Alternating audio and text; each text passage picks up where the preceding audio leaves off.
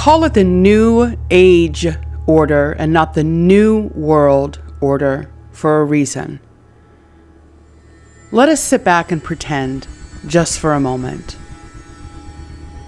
Imagine you sitting here right now listening to this week's RLE. In a moment, in the twinkling of an eye, we are now kidnapped by Jesus in the air. As we're in heaven around the throne room of God, we look down at a world that is in chaos. We see the commotion. We hear the screams. We see the cries. But then we see this person rise up, the false prophet, maybe bringing a form of peace and unity type of message, all the while introducing the Antichrist, the savior of humanity. In this moment, there's going to be a shift in the spiritual realm like never before.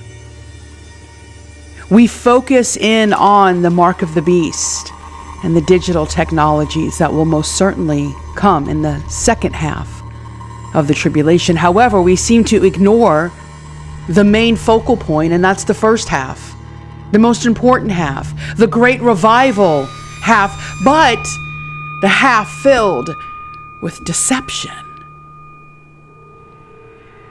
Why is there deception? Because the false prophet will usher in a false religion like we've never seen before. This week's RLE, I want you to imagine what it's going to be like for our loved ones, our family, our friends, even maybe those we really didn't like very much, deceived by the greatest spiritual delusion they will ever hear. So not only do we have a blend happening from the New Age, spiritual, awakened, enlightened world, but we also have a mass deception of the false movement in our churches today.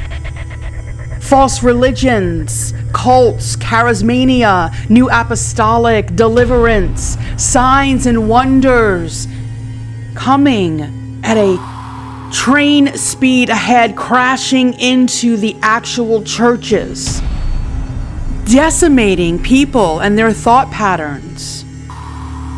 But yet none of us talk about it.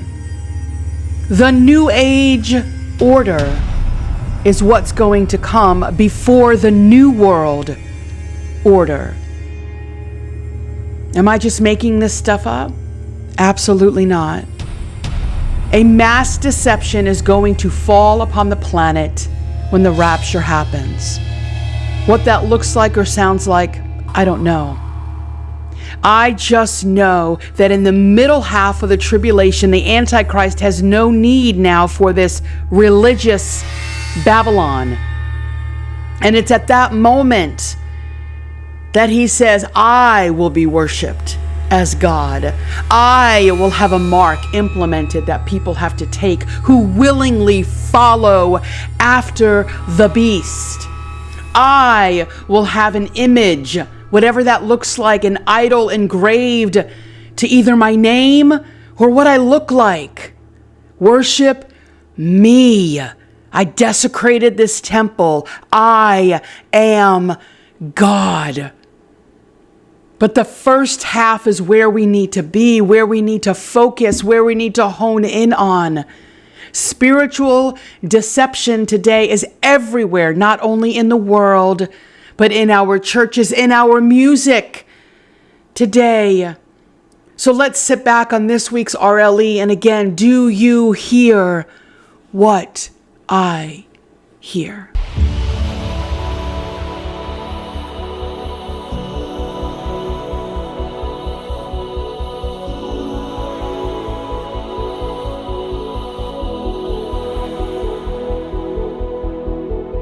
Dream after dream, you are speaking to me, breathing word after word of kingdom come. Here at your feet, I can see the unseen. Truly, one look at you and I'm undone. I run to the throne room, I run to the throne room, and I fall on my face with angels and saints, and all I can say is holy, holy, holy are you, God. My heart can't contain the weight of your name, and all I can say is holy, holy, holy are you. Apparently, half of all Americans no longer believe in God. Americans doubt God's existence more than ever. Americans are losing faith in all of our institutions. While our institutions may be failing, while belief in a conventional, traditional God might be in decline, there is an opportunity for you to embrace a new God, a new God, a new God. Embrace a new God, a God within yourself. And as long as your connection to that God makes you treat yourself and other people with respect and honor and an attitude of kindness, simple things that we've always understood from our grandparents and those that we've most loved, then there is hope for all of us. Don't let these stories of decline bring you down. We create reality in the moment, within ourselves, through our relationships with one another. So while most people may be losing faith in God, my faith in God and my faith in you and my faith in the future is stronger than ever. Evangeline Lilly.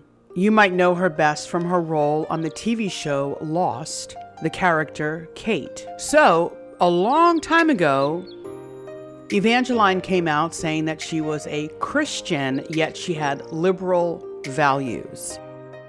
This is from a CBN article when she came out in opposition of the mandate of the vaccination. It is worth noting Lilly was reportedly raised by devoutly Christian parents. In fact, as a teenager, she went on a 3-week mission trip to the Philippines.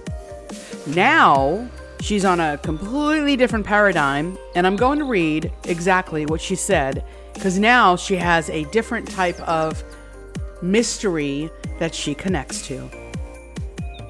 A few times during our conversation, Lilly mentions the ways in which she's learning to self-advocate, to tap into the wisdom of her body, to, quote, connect to mystery. She recites a prayer most mornings, and this is what the prayer says. I'm here, and I am listening, and I'm asking for guidance. And I pray that you would guide every step and every choice that I make today, and every word that I speak today. It has a big impact on my days, she says. I feel myself going to do something and then getting a proverbial tap on the shoulder and being like, I feel like I shouldn't do that, or I should go over here instead. Now they say, yeah, it'll cost you $5,000 to do and you'll lose $300,000 per location because people will boycott your store. And they're like, pull the decorations. Mm-hmm. They don't actually care. It's all about the path of least resistance.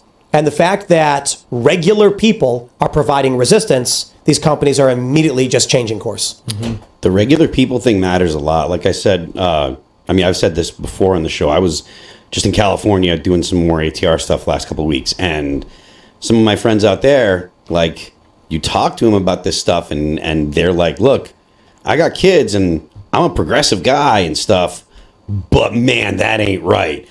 But I don't want to do this. And they really understood the ramifications of having, their kids be exposed to this stuff. And I think that the average person is rejecting it out of hand. I think that the normal people that are, again, have maybe 15, 20 minutes a week for politics. That's all they spend on knowing what's going on in the world. They see some memes that their friends send, and then they'll listen to, the news for 15 minutes in the evening or whatever, or in the morning. Those people are the ones that are like, yo, I don't like the idea of the teacher wanting my child to transition. You know? I watched The Passion of the Christ for the first time. Ooh, last night. Wow. I heard it was gruesome. It is. It's really. And the beginning I thought was a little slow. And then it actually got really, really good. It's not, I wouldn't describe it as explicitly religious. I mean, obviously it is. But what I mean is it's political. The reason I bring this up is someone's just mentioned, because of all this, there's going to be a far-right backlash. And then I saw that, I thought to myself, I'm like, well, I did just watch The Passion for the first time ever. Because I was curious. I'm like, I grew up Catholic, not Christian, but I do now want to understand more so what the points that are being made. So I did watch it, and it's actually pretty good. I do think, there needs to be a movie for the average person. This one was in Aramaic, Hebrew, and Latin with subtitles. Hard to watch. But the reason I bring it up is I learned a lot that I didn't know, even having gone to Catholic school, that changed my perspective on some of these issues. And I think it is partly due to what we are seeing from the left, that I was open to having watched a movie like that. Again, I'm not a Christian. I do believe in God. I don't believe in the Catholic Church or anything like that. But it got me watching this and learning about Pontius Pilate and what was the name? The murderer who was released and all this stuff. Barabbas. Yeah. Barabbas and all this stuff. Yeah. Things I didn't know, that, the Pontius was like, I can release one person, Jesus or Barabbas, the murderer. And they were like, release the murderer. Like, that's how much they hated him. So you went to Catholic school and they didn't cover this? Nope. That is incredible. But that may be why there's a break in religion in this country, for sure. Of course. They said they filled the crowd with people that were like, get Jesus. I think they had false flag. I think they had like feds in the crowd. That's right. They were like, But look, I don't want to talk. I'm not trying to bring this up so we can talk about religion. Yeah. My point was simply, I do believe there will be a pendulum swing towards the right because of this. I do believe there will be a pendulum swing towards the right because of this. A pendulum swing towards the right because of this. I think what's happening now is people are starting to ask questions of how to get to the point where there are pedophiles shaking their genitals in front of children and thrusting towards them while they watch. And it's like, well, I don't think it completely correlates with religion, but the pendulum will swing. People will look back at where we were 10 years ago and say, what were we doing back then? It's like, oh, okay, we had standards. The standards were like this. You're going to hear arguments from people who are Christian, who are Catholic, and they're going to say, here's what we believe and why we oppose it.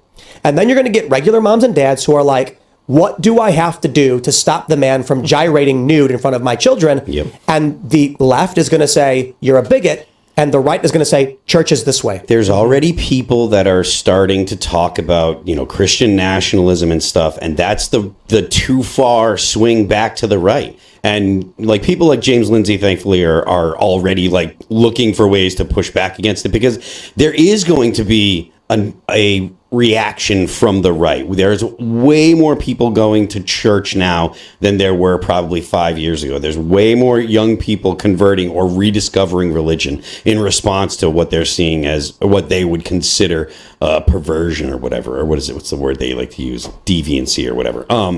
But it's something that liberals, and again, normal liberals, not progressives, it's something that liberals have to be aware of and have to be concerned with, because you don't want to allow the government to have too much influence by the Christian right. Like, a liberal society can make room for the Christian right. It can make room for progressives. It can make room for Muslims. It can make room for everybody if you have a liberal society that doesn't favor one ideology. A liberal society that doesn't favor one ideology. A liberal society that doesn't favor one ideology. Right now, our liberal society is heavily influenced and heavily favors progressive ideology. So you may be asking yourself, why did I even just play that from Timcast IRL? And I firmly believe that everything that we're seeing today is a mass distraction. However, what it's doing is it's shifting the left to lean right. However, it is not leaning towards the real Jesus, but a spiritual awakening. So go back and listen again to that Timcast IRL snippet, and you will hear with your own ears this awakening that has been happening. Why is the awakening happening? It's not leading people to Christ. It's leading them to a false light. I thank you so much for taking time out on this week's RLE. And from this point forward, I hope you still journey with me. Let me just take a few minutes here at the end. Because this LCP, Life Clips podcast, RLEs, I'm still going to expose on the RLEs the falsehoods within our church. But I'm also going to allow you, the listener, to hear what secular people have to say, not in a bad way, but in a way to show you how deceived they are under the guise of the left-right paradigm. What is shifting our world right now? Why are these things happening? It is not to awaken the person to salvation. It is to awaken the person to the New Age order.